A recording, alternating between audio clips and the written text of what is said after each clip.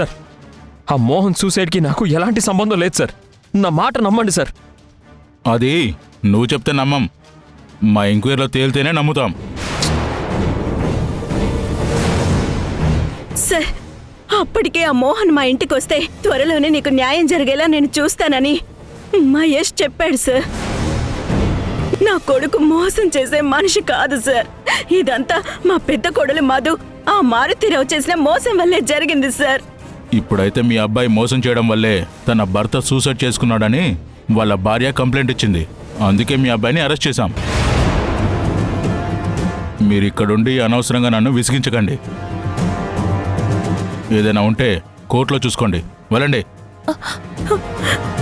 అత్తయ్య, యష్ యష్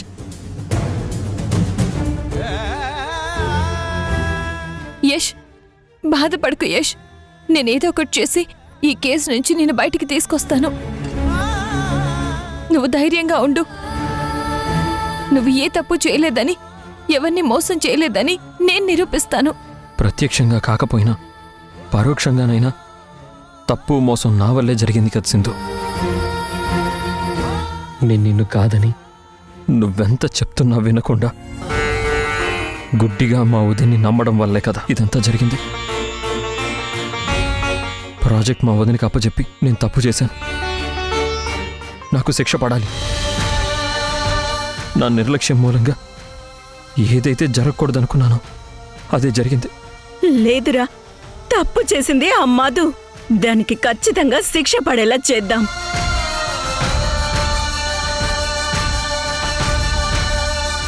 అమ్మా, మీరు ఎక్కువసేపు స్టేషన్లో ఉండకూడదు, వెళ్ళండి.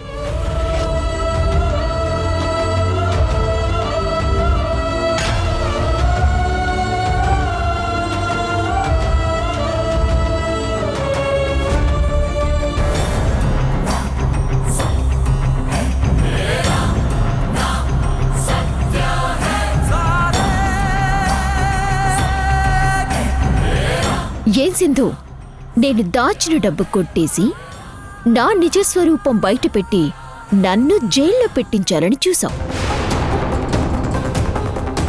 ఇప్పుడేమైంది? అంతా రివర్స్ అయింది. నీ భర్తని ఈ కేసు నుంచి ఎలా కాపాడుకుంటావో నేను చూస్తాను. నీ కొడుకు జైలు పాలయ్యాడని బాధపడుతున్నావా దమయంతి?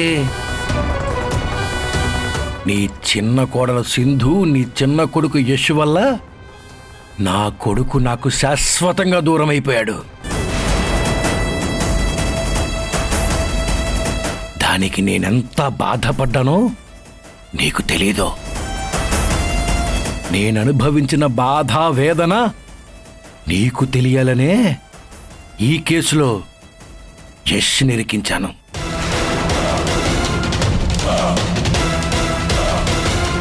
గతంలో నాకు మీరు పెట్టిన నరకానికి ఇక నుండి ప్రతి క్షణం మీరు చస్తూ బతుకుతారు. అది చూస్తూ మేము సంతోషంగా ఉంటాం.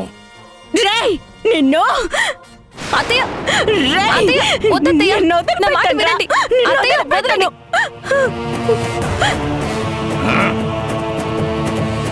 మంచిగా నటిస్తూ నమ్మక ద్రోహం చేసేవాళ్ళు ఇలాగే మొరుగుతారు. దానివల్ల మనకేమీ కాదు. ఇప్పటి వరకు నాకొచ్చిన కష్టాలన్నీ నమ్మిన వాళ్ళ ద్వారానే వచ్చాయి. నాకులాగే మీరు కూడా, మీరు మీ అబ్బాయి ఈ మధుని గుడ్డిగా నమ్మారు కాబట్టే ఇదంతా జరిగింది. గుర్తుపెట్టుకోండి, వెనక నుంచి దొంగ దెబ్బ కొట్టి గెలిచామని ఫీల్ అవ్వకండి. మంచితనం ముసుగులో మీరు చేసిన చెడు తాలూకు రియాక్షన్స్ తప్పకుండా అనుభవిస్తారు. అబ్బా, చూస్తూ ఉండండి. నా భర్తని ఈ కేసు నుంచి నిర్దోషిగా బయటికి తీసుకొస్తాను. అంతేకాదు, నా కుటుంబంతో ఆడుకున్న మీ ఇద్దరితో నేను చెడుగుడు ఆడుకుంటాను.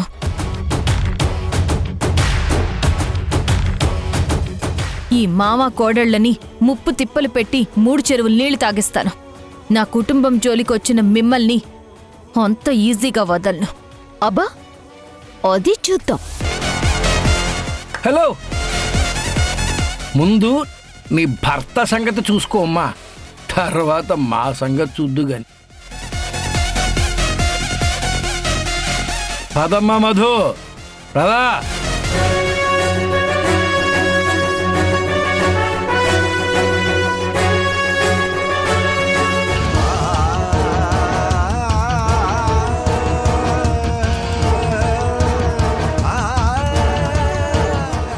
అత్తయ్య, అత్తయ్య, ఏడోకండి అత్తయ్య. ఏం చేయమంటావు సింధు? బాధ గుండెను పిండేస్తుందమ్మా. బాధపడకండి అత్తయ్య. ఏం జరుగుతుందో నాకేం అర్థం కావటం లేదమ్మా.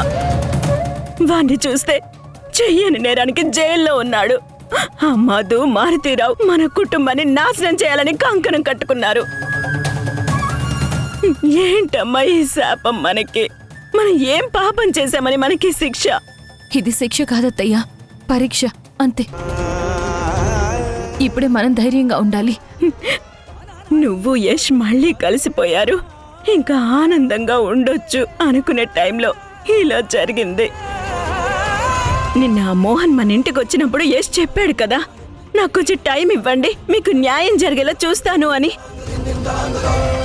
అయినా సరే ఆ మోహన్ అలా ఆత్మహత్య చేసుకోవడం ఏంటమ్మా? యష్ జీవితం ఏమైపోతుందో అని నాకు భయంగా ఉంది సింధు. మీరేం భయపడకండి అత్తయ్య, నా భర్తని కాపాడుకోవడానికి నేనున్నాను. నేను చూసుకుంటాను. మోహన్ విషయంలో అసలు ఏం జరిగిందో నేను తెలుసుకుంటాను. మీరేం బాధపడద్దు. నేను బాధపడుతుంది నా గురించి కాదమ్మా, నీ గురించి, నా కొడుకు గురించి. మొన్నటి వరకు నిన్ను అనుమానించి బాధ పెట్టాను. నీ మంచితనం తెలుసుకొని మళ్ళీ నీకు దగ్గరయ్యాను. యష్ కూడా నిజం తెలుసుకొని నీకు దగ్గరయ్యాడు.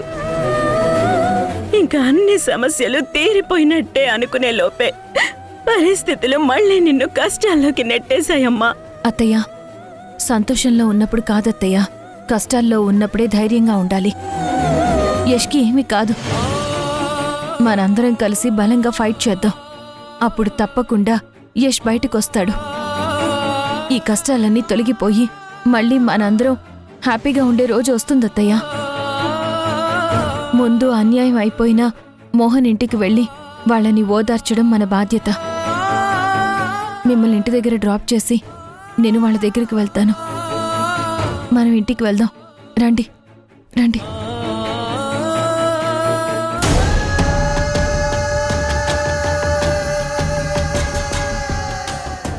ఎస్, సాధించాం మావయ్య. మనం అనుకున్న రెండో పని కూడా సక్సెస్ఫుల్ గా కంప్లీట్ చేశాం. సింధుని, సింధు కుటుంబాన్ని సాధించడానికే కదా మధు నేను జైలు నుండి విడుదలైంది. వాళ్ళందరినీ సమస్యల సుడిగుండంలో పడేసి ఊపిరాడకుండా చేయడమే కదా మన టార్గెట్. ఆ సింధు నా ముందు ఎంత విర్రవీగింది, అత్తయ్య నా దగ్గర ఎంత నాటకం ఆడింది. ఇద్దరూ కలిసి నన్ను వెర్రిదాన్ని చేసి ఆడుకున్నారు.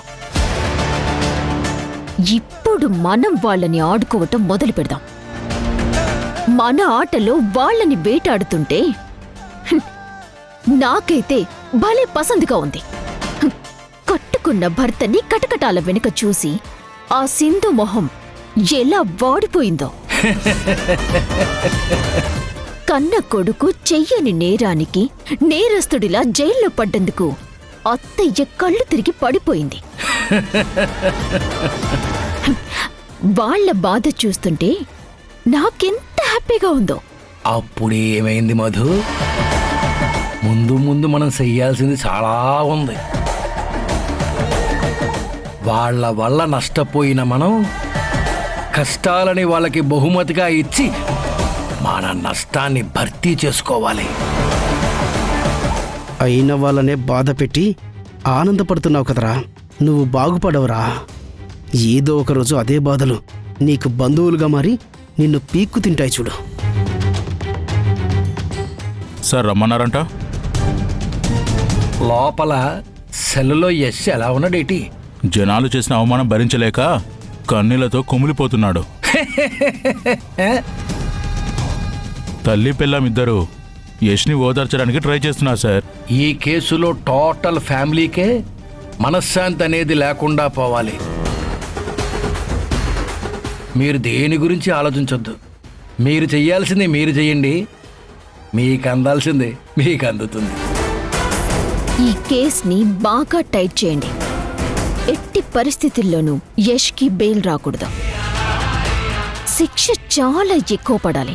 అలాగే మేడం, ఉంటాను.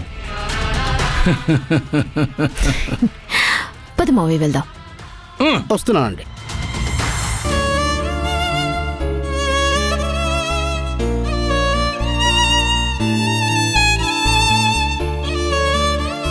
ఆగమ్మా, ఎన్నిసార్లు చెప్పాలి పదే పదే రాకూడదని? సింధు, ఒక్కసారి ఆయనతో మాట్లాడి వెళ్తాను సార్. Please sir. కుదరదమ్మా. Please sir. ఏమై రవి, వెళ్ళనివయ్యా. అలాగే సార్. యష్, మోహన్ సూసైడ్కి నేనే కారణం సింధు. నా వల్ల ఒక్క ప్రాణం కూడా పోకూడదని వదిన దాచిన డబ్బు ఎక్కడుందో త్వరగా కనుక్కొని ప్రాజెక్ట్ వర్క్స్ స్టార్ట్ చేద్దాం అనుకుంటే ఈలోపే ఇదంతా జరిగిపోయింది. పాపం మోహన్ వాళ్ళ ఫ్యామిలీ ఎలా ఉందో ఏంటో. యష్, ఇంతకు ముందే మోహన్ వైఫ్ని వాళ్ళ బ్రదర్ని కలిశాను. వాళ్ళు నీ మీద చాలా కోపంగా ఉన్నారు. నీ వల్లే తన భర్త ప్రాణాలు వదిలాడని కుమిలిపోతుంది. నేను వాళ్ళకి నచ్చ చెప్పాలని ఎంతో ట్రై చేశాను. వాళ్ళున్న ఆవేశంలో నా మాట వినే పరిస్థితుల్లో లేరు. ఇదంతా అన్ఎక్స్పెక్టెడ్గా జరిగిందనుకున్నాను, కానీ ఎవరో కావాలనే చేస్తున్నారని అర్థమవుతుంది. ఎవరు చేస్తున్నారు ఇదంతా? ఇంకెవరు సింధు, ఉన్నారు కదా మా వదిన మారుతిరావు. ఇదంతా వాళ్ళ ప్లానే. మరిప్పుడు మనం ఏం చేద్దాం యష్?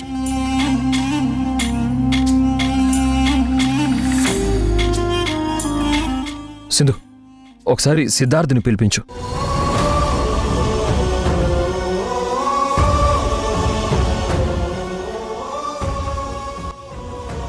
తనైతేనే మన కేసుని సాల్వ్ చేయగలడు. ఒకప్పుడు మీ ఇద్దరిని నేను అనుమానించి తప్పు చేశాను సింధు, కానీ నిజమేంటో తెలుసుకున్నాను. ఇప్పుడు నేనే చెప్తున్నాను, సిద్ధార్థ్ని వెంటనే రమ్మను. అలాగే యష్.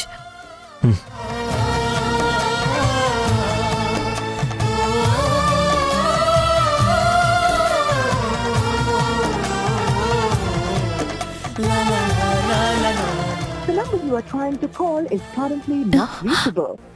ఇదేంటి నాట్ రీచబుల్ అని వస్తుంది? The number you are trying to call is currently not reachable.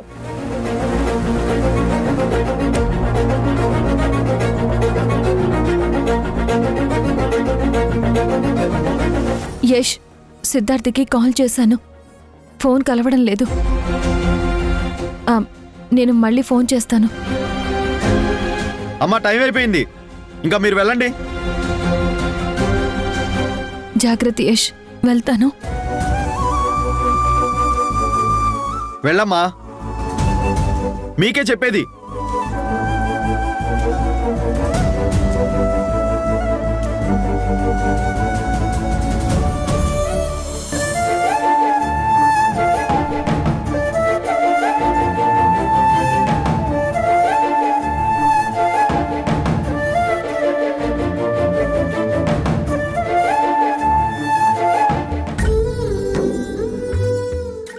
అమ్మా సింధు, నాన్నని ఎందుకు పోలీసులు తీసుకువెళ్లారు? నాన్న గురించి న్యూస్ లో ఏదేదో చెప్తున్నారు. అవును సింధు, వాడు జనాల్ని మోసం చేశాడని, వాళ్ళ డబ్బు కొట్టేశాడని, వాడి వల్లే ఆ మోహన్ ఆత్మహత్య చేసుకున్నాడని చెప్తున్నారమ్మా. నాన్న ఇంకింటికి రారా అమ్మా? నాన్నని మనం ఇంకా చూడలేమా? చెప్పమ్మా. ఏడవకు శశి, నాన్నకేమీ కాదు. నేనుండగా ఏమీ కానివ్వను. ఏం చేసైనా సరే మీ నాన్నని తిరిగి తీసుకొస్తాను. నన్ను నమ్ము. నువ్వెళ్ళు.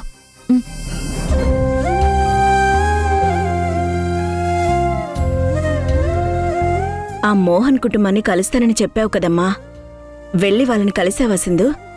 కలిశానత్తయ్య. యశ్ వల్లే తన భర్త చనిపోయాడని వాళ్ళంతా యశ్ మీద చాలా కోపంగా ఉన్నారు.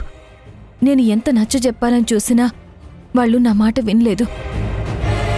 మొన్న మోహన్ మన ఇంటికొచ్చినప్పుడు తనకి న్యాయం చేస్తానని యశ్ భరోసా ఇచ్చాడు కదా, అయినా ఆ మోహన్ ఇలా సూసైడ్ చేసుకోవడం ఏంటసలా?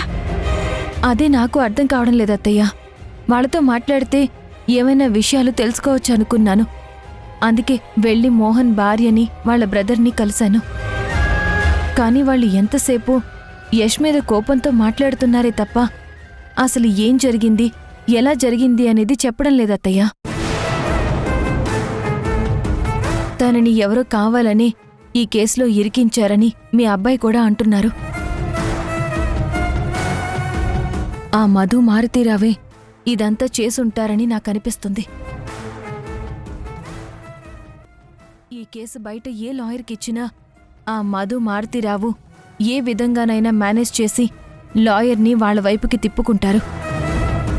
ఈ కేసు డీల్ చేయాలంటే సిద్ధార్థే కరెక్ట్. యశ్ కూడా సిద్ధార్థనే పిలిపించమని చెప్పాడు. నేను సిద్ధార్థకి కాల్ చేస్తుంటే కలవడం లేదు. మనం ఏదో ఒకటి చేసి యష్ని ఈ కేసు నుంచి కాపాడుకోవాల్సిందో. అవును సింధు, చెయ్యని తప్పుకి నా కొడుకలా జైల్లో ఉంటే నా మనసులో లేదు. బాధపడకండి అత్తయ్య, మీ అబ్బాయిని నేను బయటికి తీసుకొస్తాను. మీరు ధైర్యంగా ఉండండి. దేవుడా, ఎందుకు మాకెన్ని పరీక్షలు పెడుతున్నావు?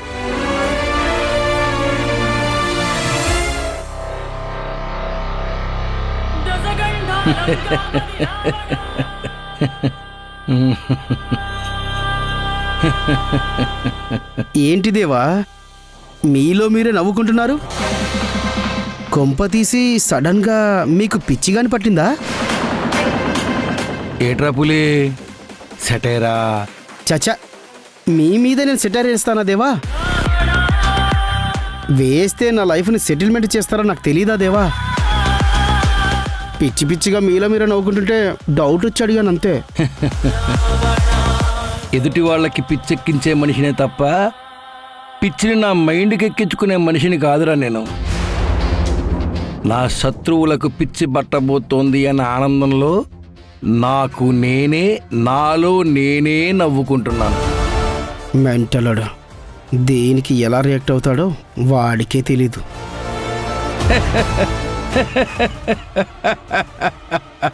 ఏంటి మావయ్య, చాలా హ్యాపీగా కనపడుతున్నారు. ఆ? ఈ రిపోర్ట్స్ చూడు, నీకే తెలుస్తుంది.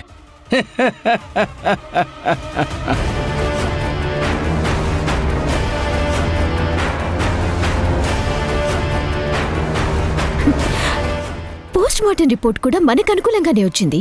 డబ్బుతో ఏదైనా సాధ్యమే మధు. ఇంకా యశ్ ఈ కేసు నుంచి బయటపడలేడు.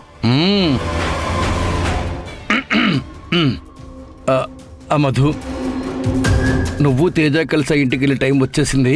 మీరు రెడీగా ఉండండి వెళ్ళడానికి.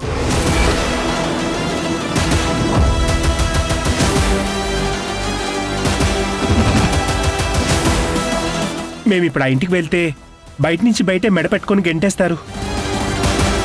అవును మావయ్య, మనమంతా ఓపెన్ అయిపోయాం కదా. ఈ టైంలో ఆ ఇంటికి వెళ్ళటం కరెక్ట్ కాదు. నువ్వు నేను కలిసి ఇదంతా చేశామని వాళ్ళకి తెలుసు కదా. ఇంకా ఎలా మమ్మల్ని ఆ ఇంట్లోకి రాణిస్తారు? దానికి ఒక లాకు ఉంది మధు. ఆ లాకు నేను వేస్తాను కదా. మీరిద్దరూ ఇక్కడే ఉంటే ఏమొస్తుంది?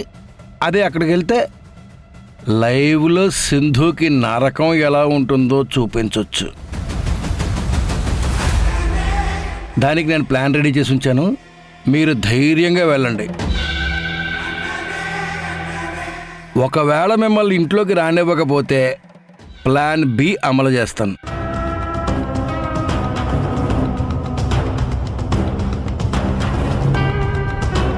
ఏంటి ఈ మావయ్య మీద నమ్మకం లేదా? చచా, అదేం లేదు మావయ్య. ఓకే, నువ్వు చెప్పినట్టే ఆ ఇంటికి వెళ్తాం.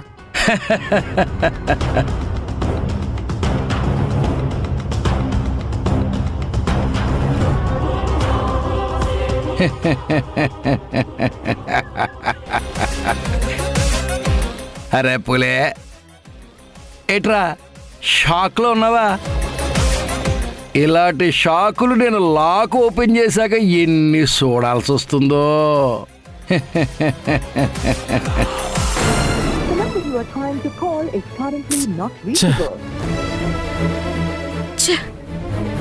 The number you are trying to call is currently not reachable. ఛ!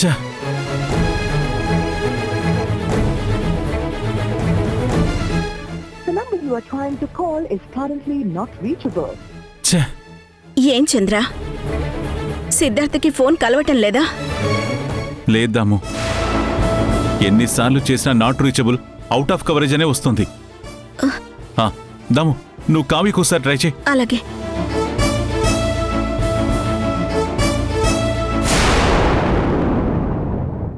యష్ని ఎలా బయటికి తీసుకురావాలో అసలేం అర్థం కావడం లేదు. అత్తయ్య, మీరేం అధైర్యపడకండి. ఈ ప్రాబ్లంని ఎలా ఫేస్ చేయాలో నాకు తెలుసు.